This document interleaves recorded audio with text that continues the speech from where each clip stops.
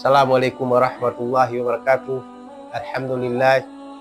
Thumma salatu wassalamu ala Rasulillah Muhammad bin Abdullah sallallahu alaihi wasallam, amma ba'd. Ama ndugu zangu Waislamu, leo nakupeni faida nyingine kwa wale ndugu zangu wanaume, kina baba, vijana.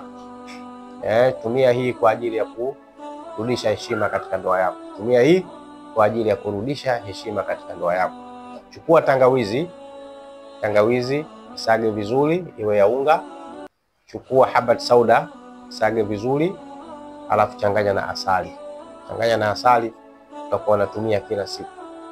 Ujazwa kikombe cha kahawa asubuhi na jioni. Kwa uwezo wa Mwenyezi Mungu inshallah utarudisha heshima katika ndoa yako. Utarudisha heshima katika ndoa yako, na wewe mwenyewe utajenga hali ya confidence, utakuwa unajiamini. Tumia hii kama chakula cha kawaida, sio dawa.